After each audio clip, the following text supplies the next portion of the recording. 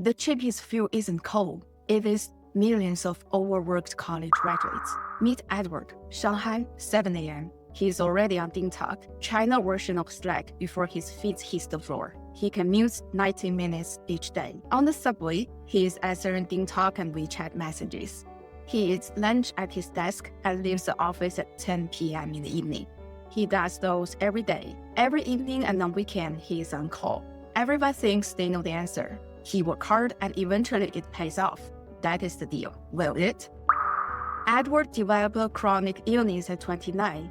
His savings can't touch a Shanghai down payment. And last year, the company quietly hired someone 5 years younger for half of his salary. So what exactly did Edward do wrong? Or did he do anything wrong at all? We were told East Asians are hardworking, that's his culture, discipline, values. But what if that hard work isn't a virtue, but an engineered system? Today, we're not just talking about China. Versions of this system exist or have existed in Japan, Korea, Germany, United States, etc., etc. And chances are, it's already running in your office too. Let's start with the numbers. In 2025, the average Chinese worker clocks 48.6 hours per week. That's over 2,300 hours per year. Meanwhile, in Germany, 1,380 hours. China works nearly 1,000 more hours per year than Germany. That is 125 actual working days, 4 exact months every single year. An European engineer finishes work at 4 p.m.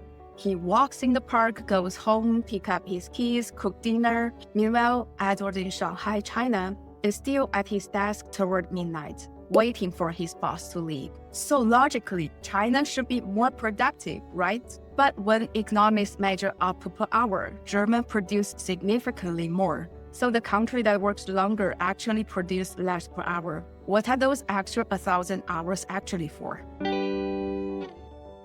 Walk into an office in Shanghai at 9 p.m. The lights are still on. People are still at their desks. It looks like productivity. But watch more closely. One person has been adjusting the same spreadsheet for hours. Someone else is scrolling their phone in the bathroom. A meeting is happening about a meeting that already happened yesterday. And almost everyone is waiting for one thing, their boss to leave first. This isn't work, it's theater performance. And let's be honest, you've probably seen this too. It's not just China. Maybe in your office, in my office, in our own routine. Mornings, we have coffee, small talk, warming up, blah, blah, blah. Real work starts in the afternoon, like 2 p.m. There is someone builds a beautiful 40-slide deck. The boss says, revise it. They revise, and revise, and revise. Final version? Maybe only the slide 2 or 3 from the original used. That's not production. That's visual pacification. I also remember in my previous work, there is a lot of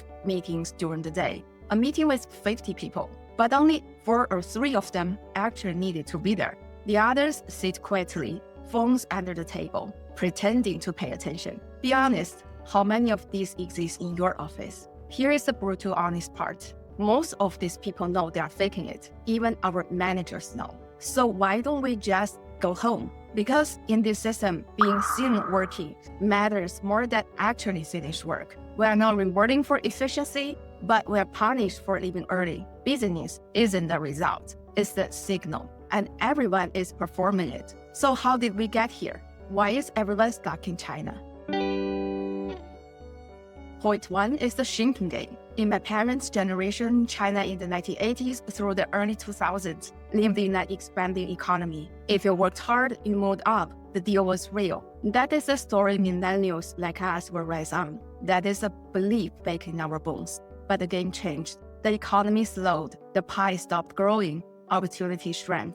And the game quietly shifted. In a growing system, effort moves you forward. But a stagnant one, effort just keeps you from falling behind. Upward mobility becomes survival, just like the theater effect. Imagine a movie theater, one person in the front row stand up to see better. The people behind them, now they can't see, so they stand too. Then the next row, then everyone. Eventually, the entire theater is standing. Nobody sees better than before, but not everyone is exhausted. That is involution. 内卷, a very popular phrase in nowadays China. Every individual's rational choices produce a collective disaster.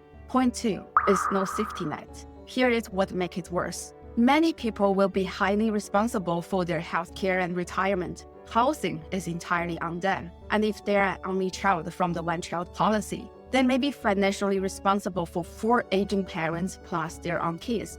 Slowing down doesn't feel like an option. A rational person trapped in this structure, that's the only thing that makes sense. Work harder. When everyone works harder but the economy is no longer growing, working harder stopped making anything. Here is the uncomfortable part. This doesn't look like traditional exploitation. There's no boss forcing you to stay. No one is standing over you. You could leave at 5 p.m., 6 p.m., technically free, but you don't. And neither does anyone else. Philosopher Byung-Chul from South Korea called this a fatigue society. The pressure doesn't come from outside, it comes from inside. It's not that someone is exploiting you, but you will learn to push yourself. You keep going, not because you have to, but because stopping feels risky. And that is what makes the system so powerful. It doesn't need to force you, you do it yourself. Sounds like we could be more productive than ever, but that is also not what happens. Knowledge work isn't a factory floor. You can't think better by sitting longer. Overwork doesn't actually create productivity. It destroys it. Thinking, creativity, decision-making, these got worse when you are exhausted. But knowledge work output is hard to measure. Hours are easy. So companies track time, not value. And slowly this signal replaces the substance. Everyone knows it's inefficient, including our bosses. But nobody stops. Everyone knows it's broken, nobody stops. Which raises a deeper question. Is this really a bug? Or is it an intentional feature?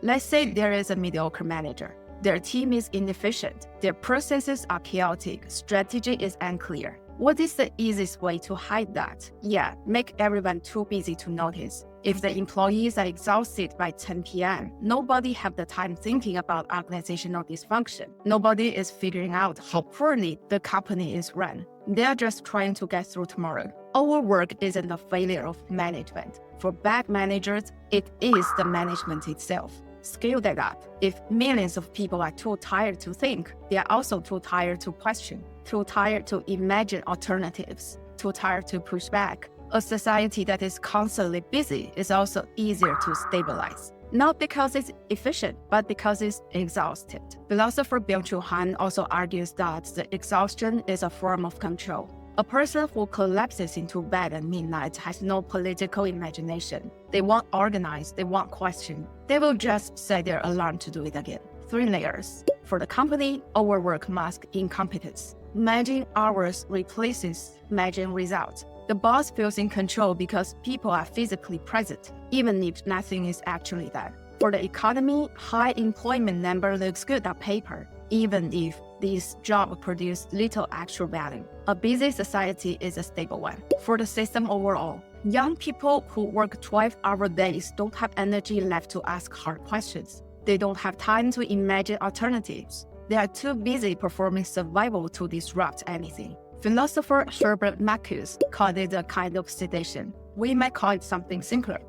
It is the world's most effective distraction because the system doesn't actually fear efficiency. It fears your free time. And this problem isn't unique to China. Japan has a word for it, karoshi, death from overwork. Japan lost 3 decades of growth partly because its overwork culture, not in spite of it. Germany looked similar once. In 1956, 48-hour work weeks were the norm. The unions pushed back. In 1984, metal workers went on strike for 7 weeks. By 1995, the 35-work week becomes standard. Today, Germany works less than most countries and produces more per hour.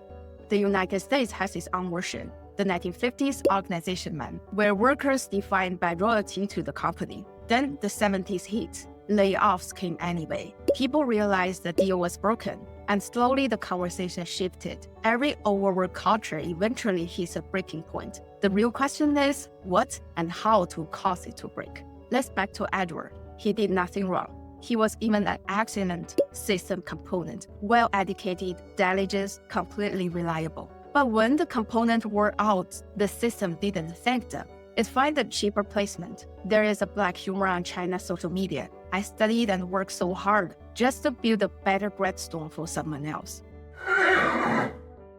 So the question was never, should I work hard? The real question is, does the system still deserve your trust? Well, the good news, maybe the biggest disruption to the entire machine isn't a labor movement or a recession. Maybe it's AI. For decades, the system ran on your time. The longer you stayed, the safer you felt. But when AI can do performance work in seconds, the polished report, the easily select DAX and spreadsheet, the logic breaks instantly. What used to take an employee 4 hours of visible effort now takes seconds. And just like that, the illusion disappeared. Because a huge part of what it called work was never really about output. It was about performance. And once performance can be automated, the whole system starts to look a little absurd. And for the first time, millions of people may have something the system was not designed to give them: time, energy, and the ability to think clearly. So maybe before AI created an unemployment crisis, it will spark a control crisis first.